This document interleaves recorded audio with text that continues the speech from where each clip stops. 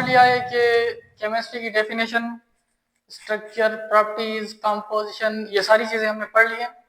तो आज हम पढ़ेंगे कि मैटर के बारे में, क्योंकि chemistry is the study of matter and physics is also the study between the relationship between the energy and the matter.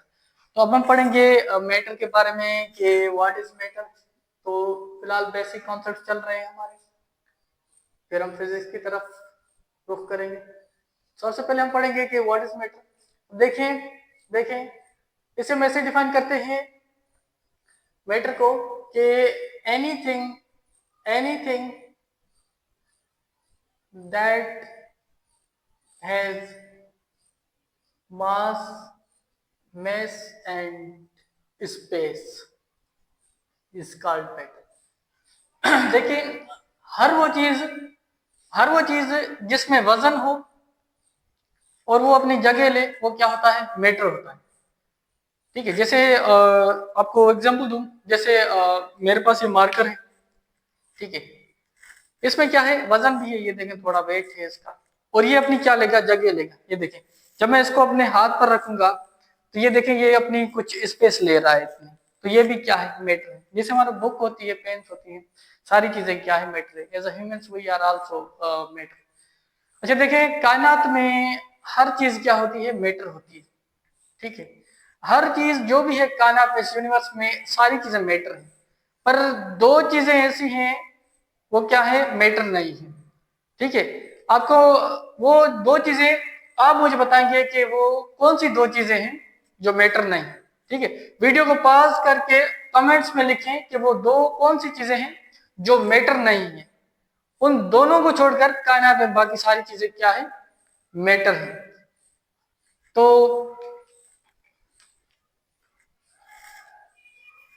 I hope कि आपको समझ आ गया होगा। देखिए कि इस यहां पर हम की पॉइंट्स लिखते हैं। In universe everything is matter except, वो कौन सी दो चीजें हैं? देखें सबसे पहली चीज है कि एनर्जी जो है वो मैटर नहीं है। And number second is the shadow भी क्या है? एनर्जी मैटर नहीं। ठीक है, ये देखें एनर्जी मैटर नहीं है। ठीक है, energy is the ability of doing work. ठीक है, इसको आगे हम पढ़ेंगे। उसके बाद है शेडो क्या है? शेडो भी वो मैटर नहीं है। ठीक है, अगर अगर शेडो मैटर होता तो क्या होता कि शेडो में वजन होता।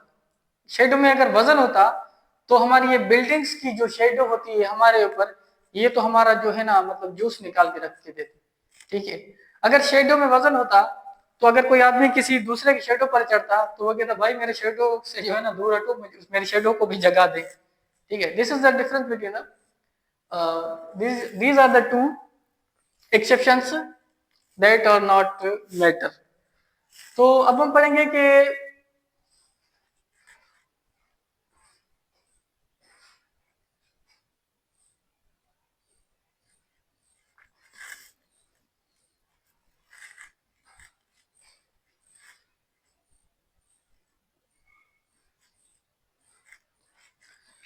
देखिए जी, तो अब हम पढ़ेंगे कि मैटर कितनी फॉर्म्स में पाए जाते हैं। देखिए तो हमारा जो मैटर होता है वो दो फॉर्म से पाया जाता है। सबसे पहला जो मैटर पाया जाता है वो होता है प्योर फॉर्म में होता है। दूसरा जो मैटर होता है वो इम्प्योर फॉर्म में पाया जाता है। इम्प्योर फॉर्म वाले मैटर को हम जो है मिक्सचर भी कहते हैं।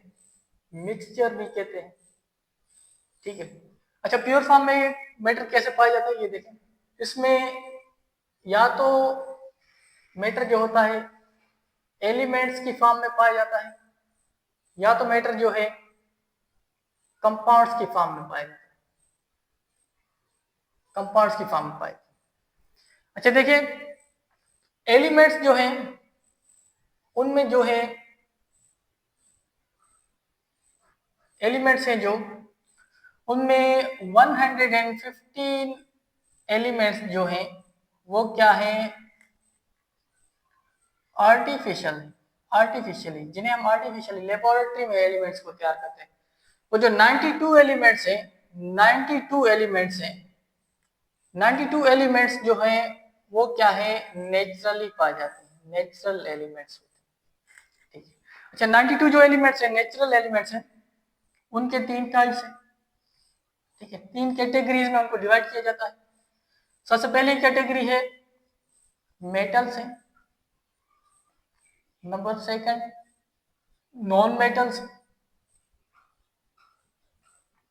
And number third metalloids. Metalloids ये बिल्कुल इजी कॉन्सेप्ट है, आप पढ़ के आए होंगे कि मेटल्स कौन से होते हैं, जो क्या हो, गुड कंडक्टर हो, good conductor of heat and electricity, जिनमें बिजली और गर्मी जो है इजीली क्रॉस हो जाए, जिनमें इलेक्ट्रॉन्स फ्री हो। ये आगे डिटेल में आप पढ़ेंगे। ठीक है, फिलहाल इधर बेसिक हीट एंड इलेक्ट्रिसिटी। अच्छा नॉन मेटल्स क्या होते हैं, ये बेड कंडक्टर्स होते हैं, बेड कंडक्टर्स होते हैं इसके heat and electricity, heat and electricity, इनमें फ्री इलेक्ट्रॉन्स नहीं होता, इस वजह से बेड कंडक्टर है। ये सारी डिटेल फिजिक्स में हम पढ़ेंगे। ठीक है, इलेक्ट्रॉनिक्स में हम पढ़ेंगे। ठीक है, उसके बाद होते हैं मेटलॉइड्स, और इधर मेटल लिख लिया, मेटलॉइड्स होते हैं। अच्छा मेटलॉइड्स क्या होते हैं, ये ना ही मेटल होते हैं ना ही नॉन मेटल्स होते हैं, ये मेटल और नॉन मेटल के बीच में होते हैं। ठीक है, ये क्या होते हैं, वैसे जब हम क्या करते हैं जनरली देखते हैं, जनरली रूम टेम्परेचर पर, तो वहां पर क्या होते हैं, ये बेड कंडक्टर्स होते हैं। ठीक है, जब हम क्या करते हैं, इनकी जो टेम्परेचर इन मेटल्स का, इन मेटलॉइड्स का हाई करते हैं, तब इसमें क्या होता है, इलेक्ट्रॉन फ्री हो जाता है, तभी ये क्या होते हैं, गुड कंडक्टर्स। जनरली क्या होते हैं, ये बेड कंडक्टर्स होते हैं या इंसुलेटर्स होते हैं, बेड कंडक्टर्स होते हैं। पर अगर इनका हम क्या करते हैं, टेम्परेचर हाई करते हैं, टेम्परेचर को ज्यादा करते हैं, तो ये बन जाते हैं गुड कंडक्टर्स, गुड कंडक्टर्स। ठीक है, जैसे सिलिकॉन है, जर्मेनियम है, ये सारा आगे आप पढ़ेंगे बहुत ही अच्छे से डिटेल में, फिजिक्स में हम पढ़ेंगे। ठीक है, तो अब हम आते हैं कि मैटर के 2 फॉर्म्स होते हैं, या तो मैटर प्योर फॉर्म में होता है या इम्प्योर फॉर्म। इम्प्योर फॉर्म को मिक्सचर कहते हैं। प्योर फॉर्म में हमने एलिमेंट्स पढ़ लिए, एलिमेंट्स 115 क्या है, आर्टिफिशियल है, 92 एलिमेंट्स नेचुरली पाए जाते हैं। नेचुरली में क्या होते हैं, मेटल्स होते हैं, नॉन मेटल्स होते हैं और मेटलॉइड्स भी होते हैं, ये सारा हमने पढ़ लिया। ठीक है, अच्छा कंपाउंड्स क्या होते हैं, ये देखें, जब भी क्या होते हैं कि एलिमेंट्स आपस में मिलते हैं, ठीक है, तो वो क्या बनाते हैं, कंपाउंड्स बनाते हैं। फिलहाल जनरली ऐसा समझ लें। ठीक है, तो कंपाउंड्स होते हैं 2 टाइप्स के, वैसे 3 टाइप हो सकते हैं पर 2 टाइप्स के जनरली पता है। सबसे पहले होते हैं compounds covalent compounds, covalent compounds होते हैं जिनमें क्या हो, शेयरिंग ऑफ इलेक्ट्रॉन से जो बने, ऐसे कंपाउंड्स जो शेयरिंग ऑफ इलेक्ट्रॉन्स से बने, ये सारी केमिस्ट्री में आप पढ़ेंगे। ठीक है, फिलहाल इतना, सिर्फ इतना समझ लो, अपना जो बेसिक कॉन्सेप्ट है वो क्लियर करते जाएं, बस इतना समझ लो कि शेयरिंग ऑफ इलेक्ट्रॉन से जो बनते हैं वो क्या होते हैं, कोवलेंट, कैसे बनते हैं, कैसा प्रोसेस होता है, इलेक्ट्रॉन्स को कौन किसको देता है, ये सारा आप क्या करते हैं आगे आप केमिस्ट्री में पढ़ेंगे। ठीक है, उसके बाद होता है कि आयोनिक कंपाउंड्स, आयोनिक कंपाउंड्स ऐसे कंपाउंड्स जो ट्रांसफर ऑफ इलेक्ट्रॉन से बने, ट्रांसफर ऑफ इलेक्ट्रॉन्स से बने, उन्हें हम क्या कहते हैं, आयोनिक कंपाउंड्स कहते हैं। ठीक है, तो आयोनिक कंपाउंड्स ये आप सारा केमिस्ट्री में पढ़ेंगे। ठीक है, वो डिटेल में। ठीक है, तो फिलहाल इतना जनरल कॉन्सेप्ट समझ लें। ठीक है, ये सिर्फ हम क्या कर रहे हैं, आपका बेस बना रहा हूं, ये बेस क्लियर होगा तो आगे हम बहुत अच्छे से पढ़ सकेंगे। ठीक है, अच्छा अब हम आते हैं मिक्सचर पर। ठीक है, तो मिक्सचर या इम्प्योर मेटल, इसके फर्दर 2 टाइप्स होते हैं। ठीक है, फर्दर 2 टाइप्स होते हैं इसके।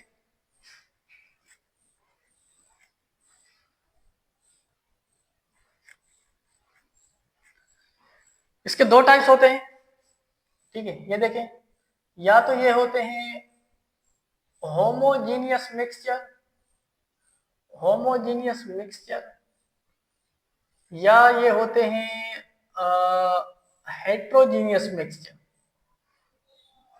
हेट्रोजीनियस मिक्सचर होते हैं, ठीक है।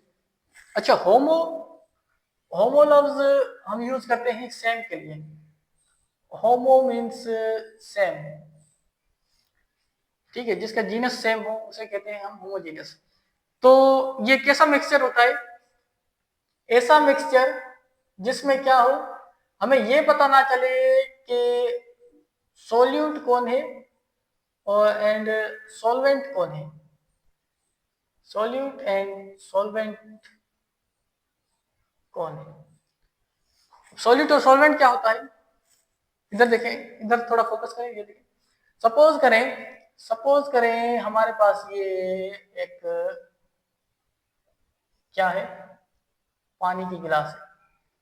इस पानी की गिलास में हम क्या कर रहे हैं, ये क्रिस्टल्स हैं, ठीक है, शुगर की क्रिस्टल है, चीनी डाल रहे हैं, थोड़ी चीनी डाल रहे हैं।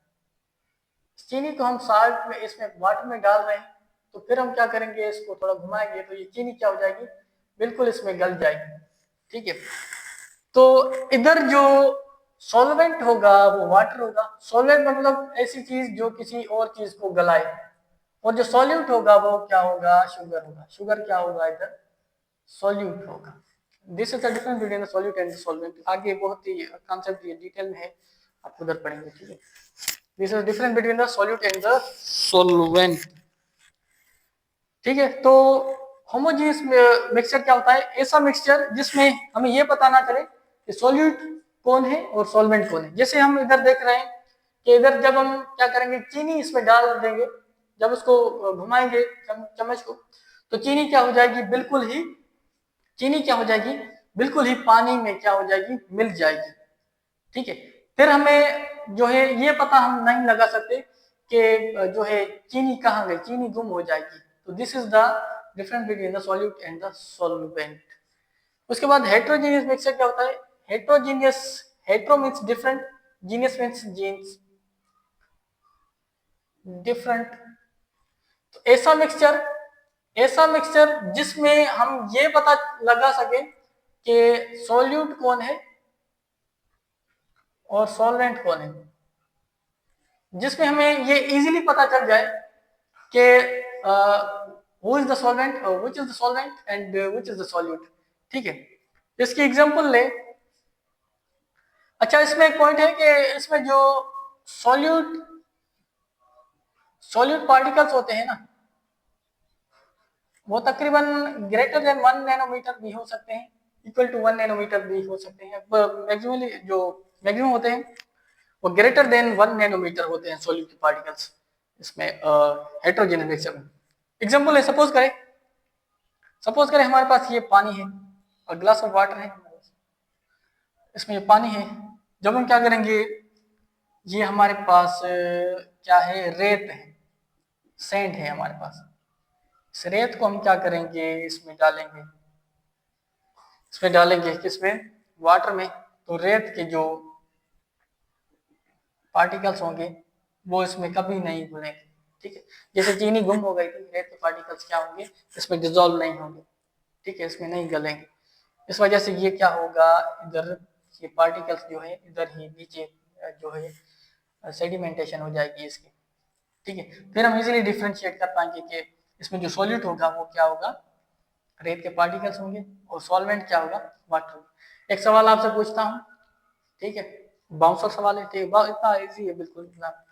देखें, सपोज करें हमारे पास ये एक चीनी है, ये सारी गिलास है, इसमें चीनी पड़ी है, ठीक है, सारी गिलास भरी हुई है। फिर हम क्या कर रहे हैं, 6 ड्रॉप्स, 6 कतरे पानी के डाल रहे हैं, 1 2 3 4 5 6, 6 कतरे हम पानी के डाल रहे हैं। अब आप मुझे बताएं कि इसमें जो है सॉल्यूट कौन है और सॉल्वेंट कौन है, इसमें बताएं आप, वीडियो को पॉज करके बताएं कि which is the solute and which is the solvent इस एग्जांपल में। अच्छा, ये देखें, सॉल्यूट एंड सॉल्वेंट की मैंने डेफिनेशन ऐसे देखा है कि सॉल्यूट उसे कहते हैं जो जनरली इसे ऐसे कहते हैं कि ऐसी क्वांटिटी जो जनरली क्या हो, थोड़े मकदार में हो, और सॉल्वेंट इसे कहते हैं ऐसा कंपाउंड जो जिसका मकदार ज्यादा हो, जिसका क्या हो, क्वांटिटी जिसकी ज्यादा हो। पर ये देखें, पर यहाँ पर ये एक्सेप्शन हो रही है, इधर क्या है कि वाटर क्या है, कम मकदार में, और ये देखें ये क्या है, शुगर क्या है, ज्यादा मकदार में। ठीक है, तो अब इधर होना ऐसे चाहिए कि वाटर इधर क्या हो, सॉल्यूट हो, और से शुगर इधर क्या होनी चाहिए, सॉल्वेंट होनी चाहिए। पर ऐसा नहीं होता क्या है कि वाटर क्या होता है, यूनिवर्सल सॉल्वेंट है, आपको पता है हर चीज को गला देता है वाटर क्या है, यूनिवर्सल सॉल्वेंट है। तो जब वाटर की क्वांटिटी भले थोड़ी हो तो वाटर हमेशा क्या रहेगा, यूनिवर्सल सॉल्वेंट रहेगा। तो इधर वाटर इधर भी एज एक्ट करेगा सॉल्वेंट, नॉट सॉल्यूट। तो इधर शुगर क्या होगी, सॉल्यूट होगी sugar. This is the difference between the solute and the solvent. I hope आपको समझ आ गया होगा।